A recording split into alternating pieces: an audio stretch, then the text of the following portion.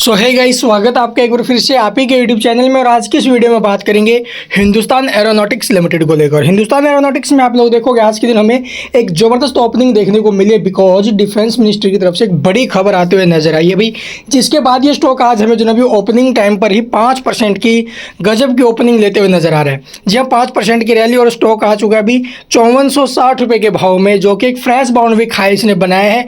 ये market running के time की वीडियो भाई, ये स्टॉक का प्राइस जो भी अप एंड डाउन हो सकता है, या तो इसके ऊपर भी चला जाए क्या पता इसके नीचे भी चला जाए। ठीक है, तो आपको बताएंगे डिटेल में आखिरकार खबर क्या आई है जिसके कारण स्टॉक में रैली बने। तो कल के दिन ये न्यूज़ आई है भाई, कल आपको तो मार्केट हमें जो है क्लोज देखने को मिल रहा था ईद के चलते। तो चलिए जानते डिटेल में आखिरकार क्या ऐसी खबर आई है।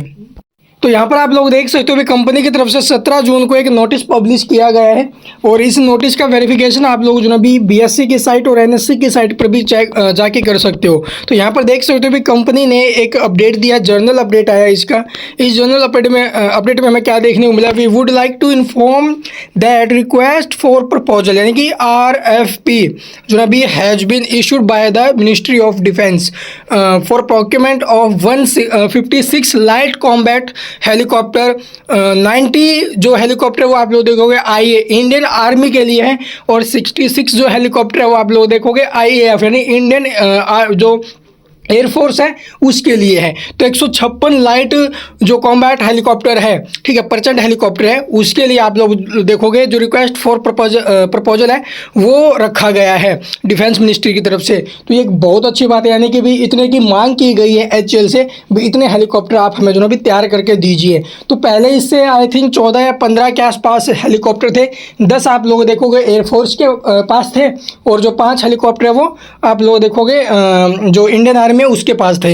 लेकिन अभी टाइम इनकी जो संख्या है या फिर इनकी जो मांग है 156 की गई है। तो ये आप लोग देखोगे भी न्यू गवर्नमेंट बनने के बाद पहला बड़ा जो अनाउंसमेंट है वो होते हुए नजर आया है। ये है मेक इन इंडिया के लिए, आत्मनिर्भर भारत के ऊपर, जिसका इम्पैक्ट बिल्कुल पॉजिटिव हमें स्टॉक के ऊपर देखने को मिल रहा है, और ये इम्पैक्ट लॉन्ग टाइम में भी अच्छा जो ना भी असर डालेंगे। तो चलिए अब देख लेते हैं भी इसका चार्ट।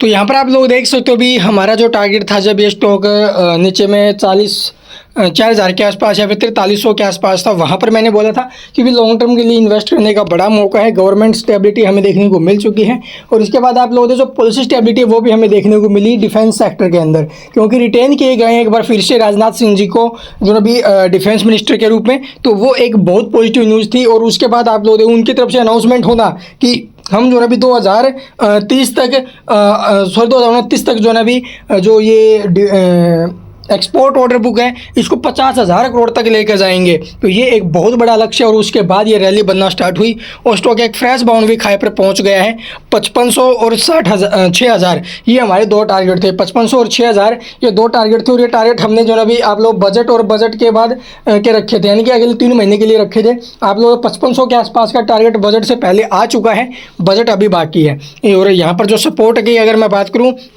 तो नीचे में सपोर्ट रहेगा अभी लगभग 4920, और ऊपर में टारगेट अभी भी आप लोग 5500 और जो है अभी 6,000 के रहने वाले हैं।